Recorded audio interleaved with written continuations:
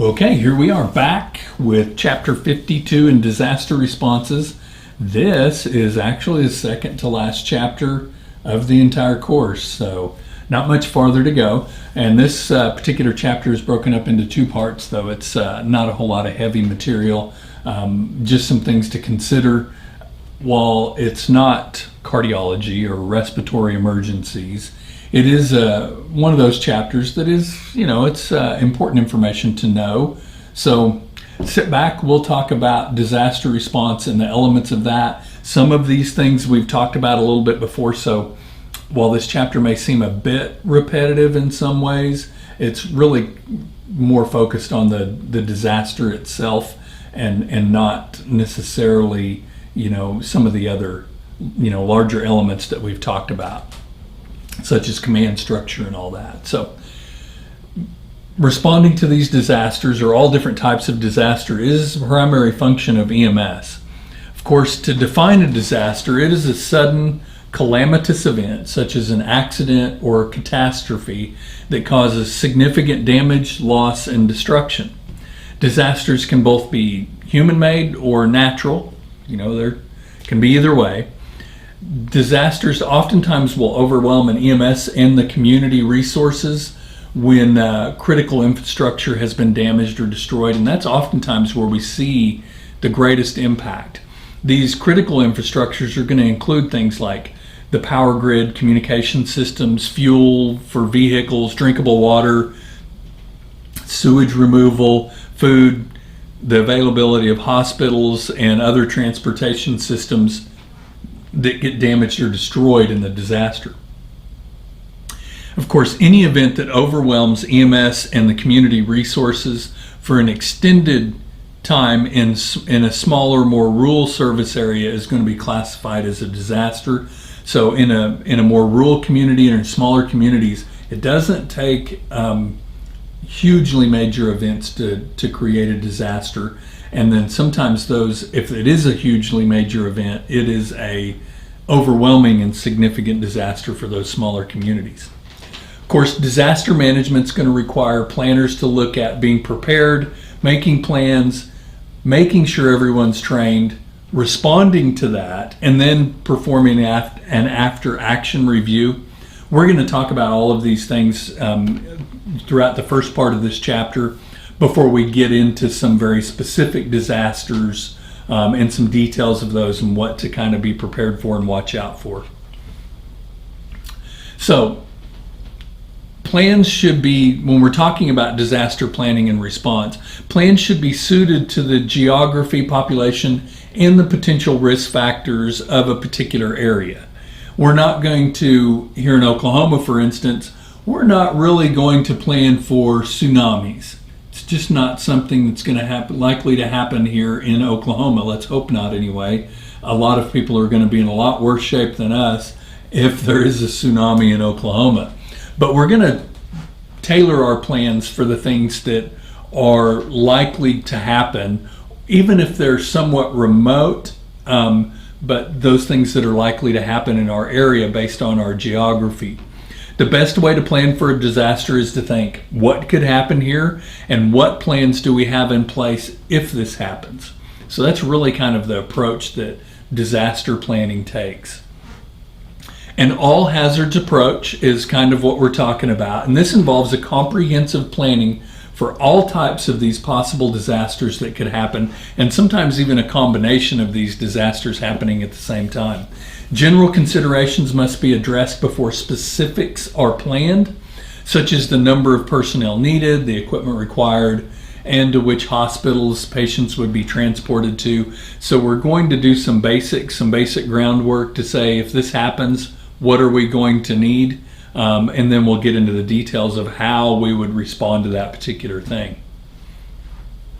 So when we look at the phases or the elements or pieces of a disaster response plan, there's some keys to planning that are helpful. Of course, the first one is just going to be thinking about what can happen and then getting together with others to meet and then begin brainstorming, putting those thoughts and ideas and things together to where that you can begin to develop a more comprehensive list of things that are likely to happen. And then there are 3 phases of any response plan, and those are the before the event phase. We're going to talk about all 3 of these a little bit in more detail here in a little bit. Before the event, during the event, and after the event. And there's specific things that need to be done within each one of those phases in order to, first of all, be prepared for the event, manage the event, recover from the event, and then be prepared for the next event, because this is all circular in the way these 3 phases work. Before the event is our preparedness phase. This is the planning process and preparing for potential threats. Of course, remember, no disaster is 100% predictable, but some events are more likely to happen in certain areas. An all hazards approach will put your agency in the best position to handle just about any disaster. So that's why we take that all hazards approach of anything that is possible to happen in that particular area. We're going to plan for it and be ready for it. The main items to consider when planning for a disaster include the geography of the response area. Ask if this particular area is at greater risk for a particular type of natural disaster. Like, does a river run past it or through it, or parallel to it? Does that create a risk of flooding? Or if it's an area like Georgia or some a state like that has a large abundance of very tall, large trees, that if a tornado or some other type of disaster came through there that brought a bunch of those trees down, how that may impact many, many roadways and travel pathways, emergency routes included, and those may be impacted for several days before that can be cleared out. So those are some of the things that you have to consider in this, is looking at the geography of the response area. And it may be different, or it's more than likely different from one EMS jurisdiction to another, and it may be different within a particular jurisdiction from place to place and area to area, depending on that particular jurisdiction. If an area has a greater risk for a particular type of natural disaster, that's noteworthy. Also, you want to determine if there are obstacles and terrain features that can affect the response and hinder access to equipment and facility entries and those kinds of things like I just talked about, with downed trees or flooded roads, those kinds of things. When considering the population, ask if it is spread out or densely packed, or if it's mixed. You would think any one of these might be more preferential to the other, but really it's not. Really spread out populations make it very difficult to make sure that everybody's been contacted and we're able to know their well-being, because it can be very difficult to get to them. Densely packed usually means a lot more patients, a lot more people needing help all at once. And if it's mixed, then you got a combination of those problems. Then you want to take a look at if the daytime population is the same as the nighttime population. Do you have a large factory or company within your jurisdiction that a lot of people come to and work, say a couple of thousand people during the day come in and work at that place, and then they leave and go out to neighboring communities, to where that your daytime population is much higher? Or is it a weekend population? Maybe it's a large shopping center or something like that, where the weekend population might swell up. Or is it seasonal, such as a college town or something like that, that during normal college days or during the semesters you have a large amount of students there. So that population is an important consideration. Consider if there are language differences or cultural aspects that might kind of hinder some of the activities that need to be performed. Assess if there are different facilities that may present hazards or evacuation issues, such as retirement communities, handicap facilities, or even prisons. Can you imagine evacuating a prison and the logistical challenge that might lead to? Or if a prison has been hit and there's patients that are injured that need transported versus evacuated and transported to another prison. Lots of issues with that. But if we don't plan for those issues, we're going to wind up dealing with them without a plan. So that's not a good idea.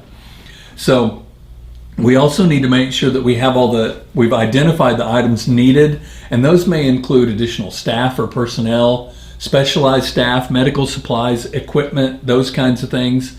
Also, it's a good idea to have some mutual aid agreements in place. These are essentially nothing more than a relationship or an agreement between two or more agencies or municipalities where when support is needed, it's all they have to do is ask, and that support is provided by neighboring communities. Mutual aid agreements on the EMS side can also be established with fire departments in neighboring jurisdictions, so it doesn't have to always be just an EMS agency to EMS agency thing. A disaster catch consists of a bulk of supplies that's kept on hand specifically for emergencies.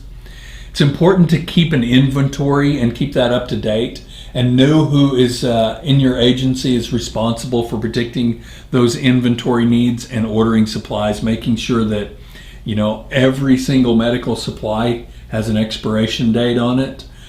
So making sure that those are not only kept in stock, but they're rotated through either to reduce waste or just to make sure that they're not expired. Specialty transport equipment. If you have special equipment like large trailer or truck that needs to be driven to a place, make sure that you have drivers that are trained and familiar with those vehicles and how to operate them in difficult, tricky terrain situations as well. In the event of a global positioning system loss or loss of satellite connection, having paper maps and laptops handy for driving routes may be needed and can be used readily. The map should be updated to include information on road closures and flood paths, those kinds of things. Personnel must be able to read maps, use compasses, and use protractors. How long has it been since any of you have used a protractor? Probably middle school, grade school. Well, get them protractors out. Partnerships with private businesses can be helpful because they can be involved in identifying what supplies and expertise are available that they are able to provide in that particular response area. There may be written agreements with local businesses, including information on how to contact business personnel after hours. Non-governmental organizations and disaster relief agencies, such as the Salvation Army and the American Red Cross, are also very important partners. Your agency will work to determine the best way to contact these organizations, when to contact these organizations, and for what resources that you'll reach out to them for. Agencies may work together to arrange training programs or planning sessions as well. Law enforcement resources. Of course, plans must consider state, regional, or county and local law enforcement resources, including their goals and objectives within what our response as EMS personnel. We need to make sure that we've got a plan of how to contact, coordinate, and cooperate our activities with them, as well as with the fire response, because the disaster plan should outline fire and rescue response as well. This plan should also include a rehabilitation area for firefighters, paramedics, and other rescue personnel. You should conduct drills in a unified command system within the incident command system, as this allows representatives from multiple jurisdictions and agencies to share command, authority, and responsibility in an environment that is still kind of the teaching learning environment, rather than during the event itself. Understand how your agency will work within that unified command structure and what your role within that will be. Training is usually done in stages following a set process, including individual tasks, crew tasks, training agency, and interagency collaborations. Agencies frequently update and train on procedures to follow during a disaster, such as PPE protocols, safety procedures, and the operation of new and specialized equipment. You should familiarize yourself with your agency's communication backup plan.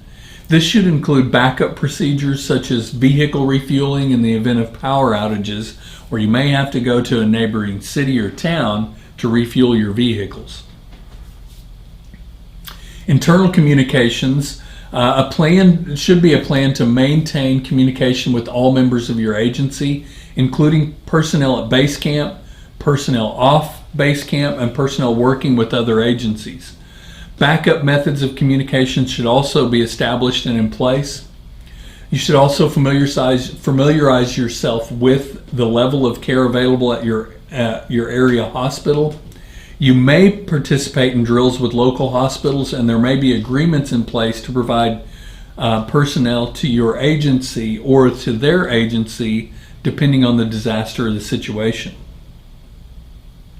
There should also be a trained public information officer within your agency who should be familiar with the privacy rule under the HIPAA rules or the HIPAA Act.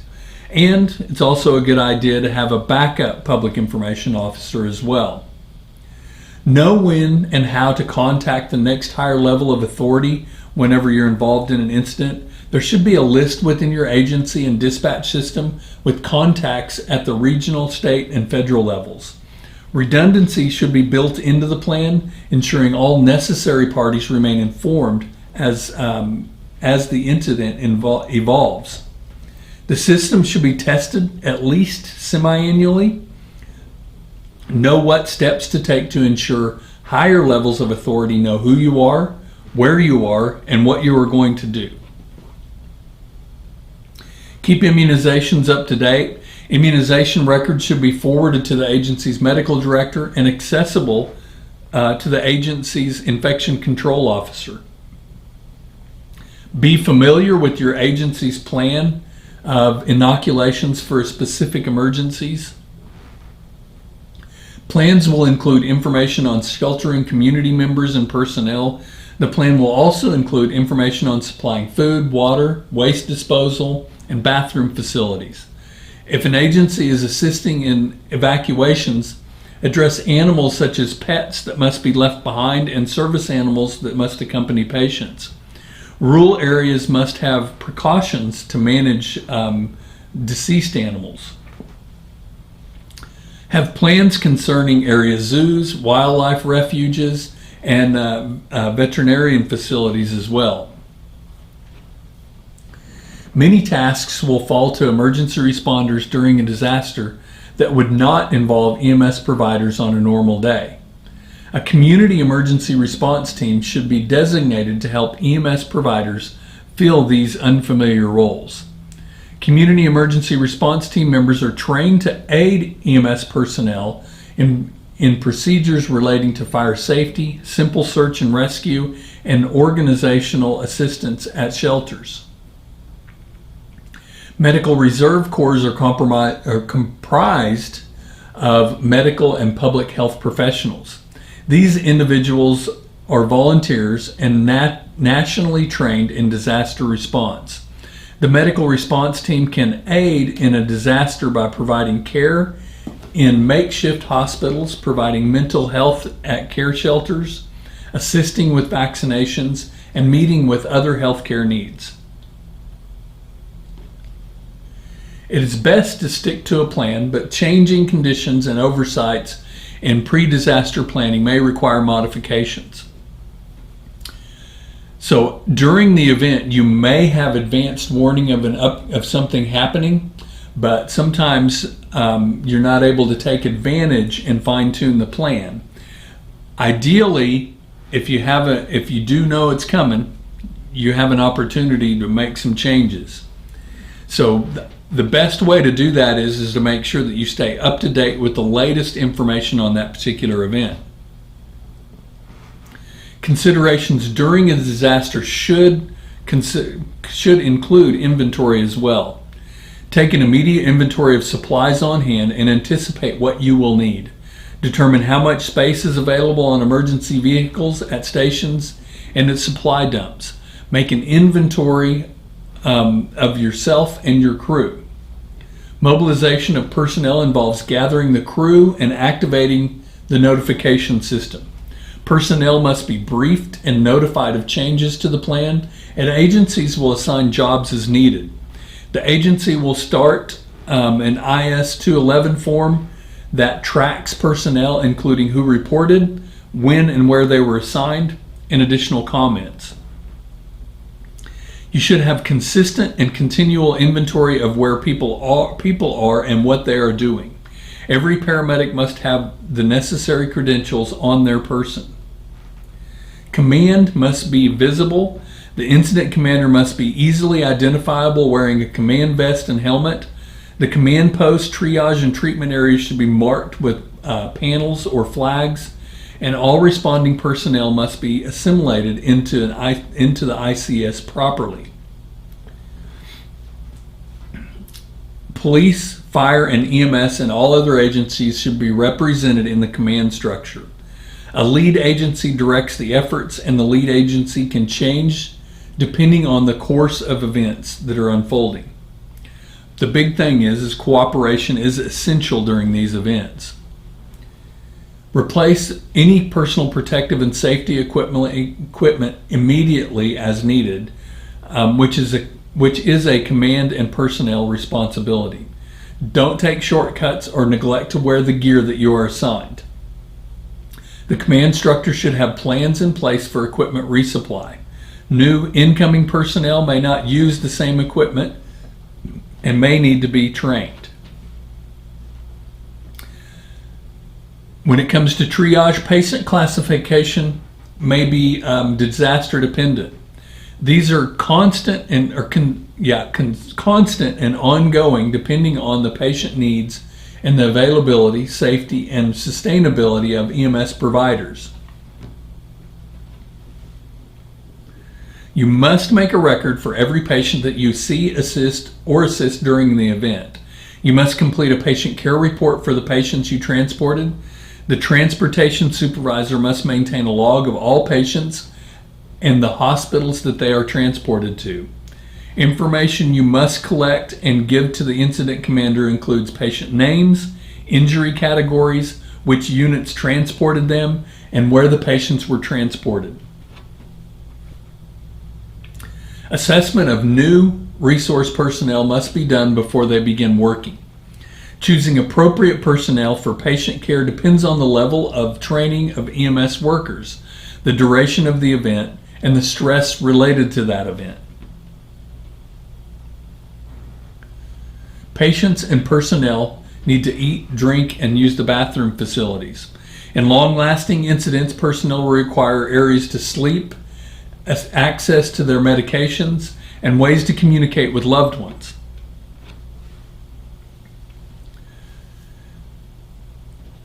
It's always a good idea to use a buddy system approach to monitor the stress, exhaustion, and aggravation levels of the personnel that are responding.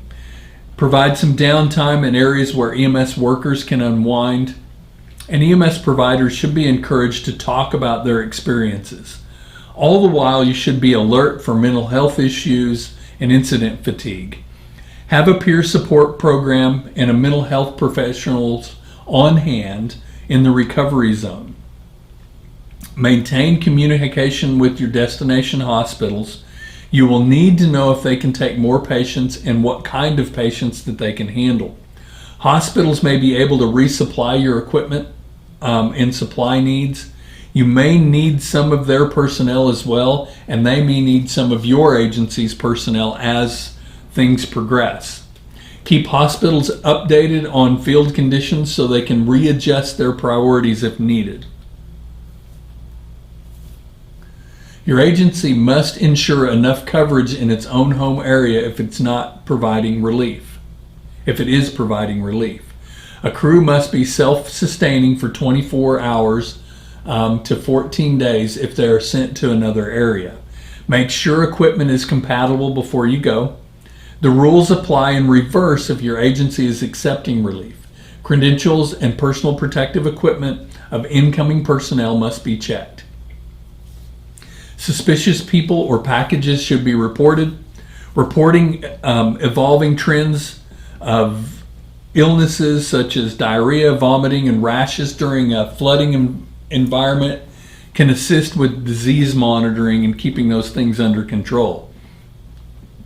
Keeping personnel attuned to exactly what they should be on the lookout for is essential. Weather is the cause of many disasters and events, especially here in Oklahoma, and they can significantly affect EMS's ability to provide care during and after an event. Monitoring can be done through various sources such as state emergency operations centers to apps on mobile electronic devices. This monitoring is crucial for proper deployment, operation, and protection of EMS responders. Key items to consider include the time of the event, the time for the event to develop, predicted duration of the event, areas that are significantly affected, the populations that are affected, and special hazards that may be triggered by that event. Your agency will need to determine whether it must supply a public information officer. Members of your agency may be trained to respond to questions from the press and on measures to control rumors. A press area may be necessary. Use the press and social media to your advantage to inform the public to stay indoors or how to provide self-care in non-emergent cases or until help can be sent. Proper documentation during a crisis is essential to kind of help to stave off legal issues. Most legal issues will be resolved long after the event is over, and if you don't have documentation or notes from that particular event, it's going to be really hard to recollect exactly how things played out. A commander or supervisor should perform the occasional field checks. This helps the commander to stay aware of conditions, complaints, and concerns. A strong, concerned unit commander can do a lot to bolster morale. Many issues can be resolved with early intervention and as well as letting problems continue to grow and become larger. Now, after the event, there are specific measures to take in order to make sure that we learn the most that we can from the event while still getting prepared for the next event. Agencies must account for every worker and patient involved in the incident. Duty rosters must be completed for each EMS provider, including dates, times worked, duties, and additional comments. Patient care report is required for every single patient that was seen, transported, or even assisted. So all this documentation is essential. And then we need to make sure that we resupply and repair everything. We need to make sure all equipment that was used is replaced and put back in order and ready to be used again. Even the equipment not used should be checked for weathering and contamination. Any necessary repairs to equipment should be completed at this time. Don't forget to service the vehicles that were used as well. And be sure to report any damaged equipment before you completely demobilize from the area. Complete an inventory of all physical assets after the resupply and repair phase.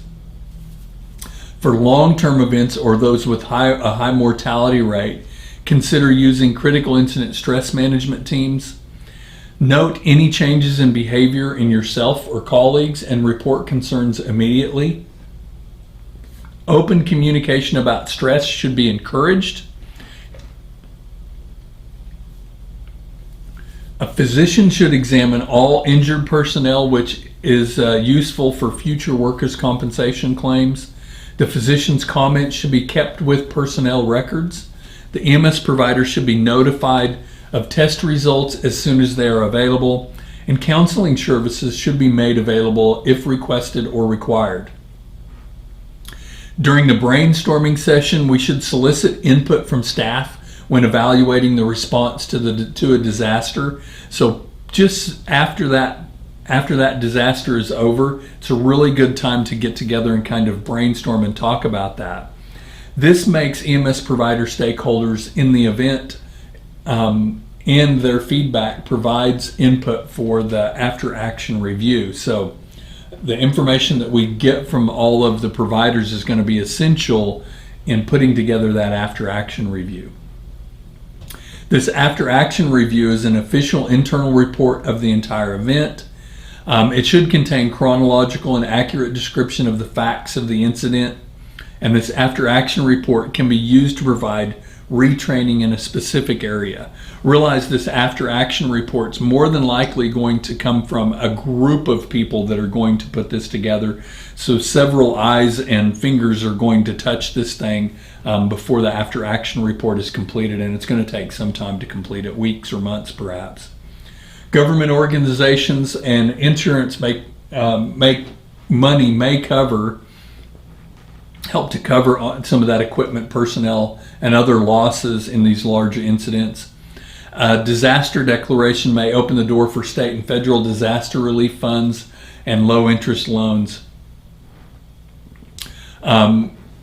We should also acknowledge those that responded to this event and praise them, and for their hard work and their dedication and their willingness to help with that event.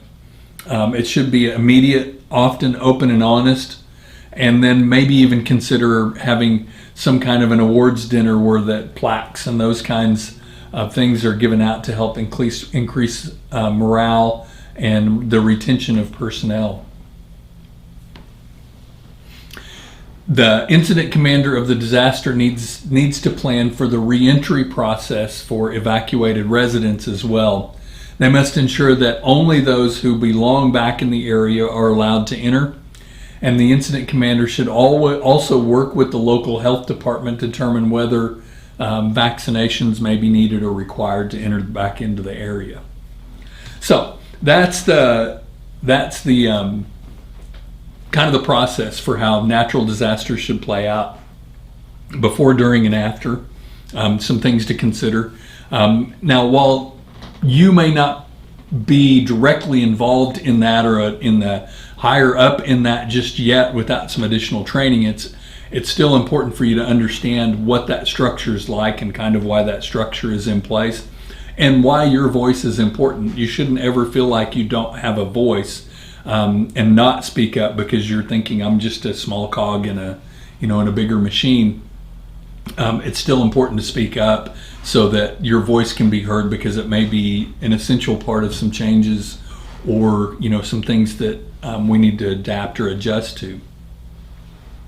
So when we look at natural disasters, there are two types of disasters. Of course, there's natural and man-made. Some disasters are a combination of both. For example, riots and looting may occur after a hurricane. So you just never know. Sometimes they do kind of go together at times. Important points to remember when working in a natural disaster include that EMS should be represented in both the Emergency Operations Center and or the Unified Command Center. EMS may be initially deployed to assist in evacuation efforts, and you may need to stay in touch with your local Emergency Operations Center and keep up with road conditions in your response area. Emergency responses should be coordinated with local or state departments of transportation or the public works agencies. These agencies may be able to reprioritize their tasks based on what your needs are in order for you to accomplish your goals. Landmarks may be gone, so use lights to direct dispatched people toward emergency services. You may be gathering uninjured patients and bringing them to collection points. Lightly treated, stable patients can be transported using buses and trucks.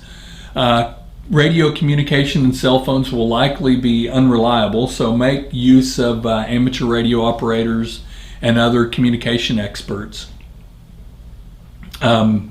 Dignitaries oftentimes will visit the site of the incident for various reasons, which presents a whole host of other issues such as crowd control and EMS protection for the visitors as well.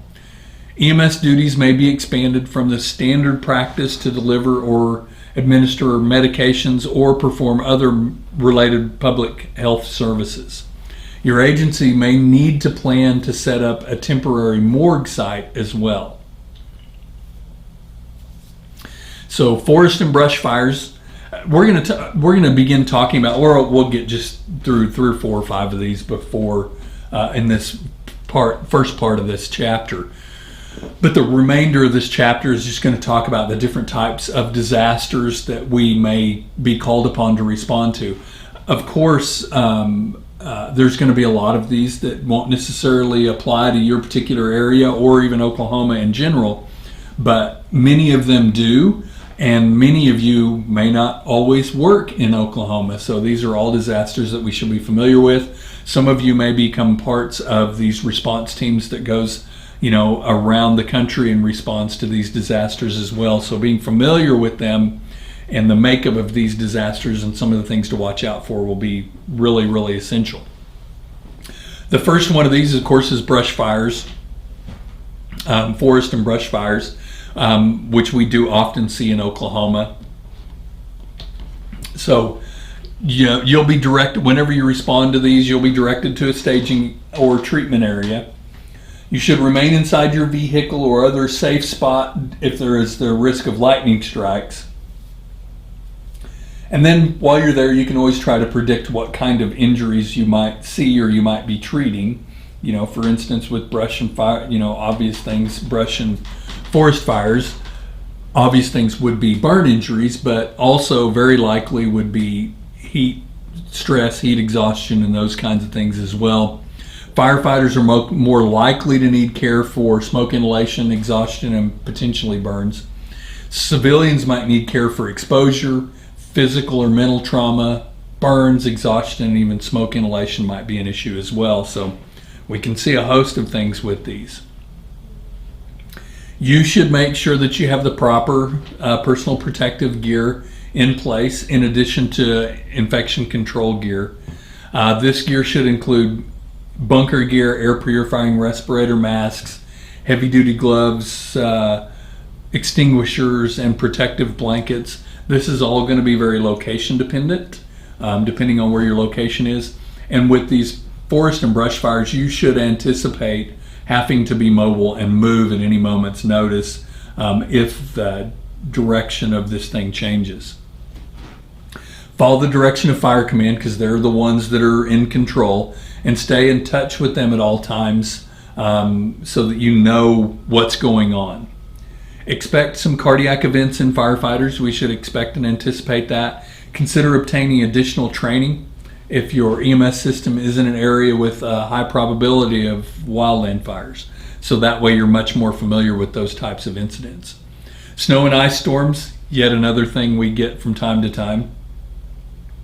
So you should make sure your agency vehicles are snow ready. Many agencies in Oklahoma do change out the rear tires on their ambulances for those that have that are spiked, not spiked, but they're snow tires that have little studs in them that help with some traction in adverse weather events.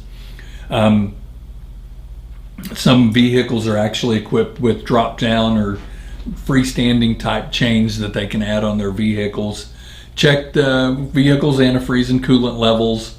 The oils and the fluids should be switched over to the cold weather versions of those. Snow shovels in the ambulance if you live in one of those areas that gets a significant amount of snow. To provide traction, you can the clay, kitty litter, calcium chloride crystals, rock salt on the ambulance, those kinds of things are beneficial. Sometimes we just need to spread them out on the walkways and steps as we're entering a residence or a business, that kind of thing. Some things to remember for snow and ice storms include ensuring clothing is weather ready. Your agency may have some like snowmobiles or snow blowers or plows or those kinds of things available to them. Take your time, and stretchers don't roll well in the snow. You may be able to park close to the scene, and you might have to carry patients quite a distance. So using plastic basket stretchers such as Stokes baskets may be helpful. Make sure your crew has enough people to manage and safely manage that patient in the slippery surfaces. As you approach a building or a residence, make sure you look at the roof for snow and ice slides or the potential for them before entering that structure. If your company is on standby, prepare portable warm-up shelters, and consider adding extra people on the ambulance to help shovel pathways into a house or share the lifting load or carrying load of carrying somebody out through treacherous weather conditions. All right. So that is part one. We'll come back with part two. There's quite a few different disasters that we're going to talk about. And again, they're not all going to apply to your particular area, but it's important that we, cover them and discuss each one of them, because many of our paramedics go on to be part of, national or even global response teams that find themselves in these particular disasters that may not be normal for their area. So we'll be back at part two.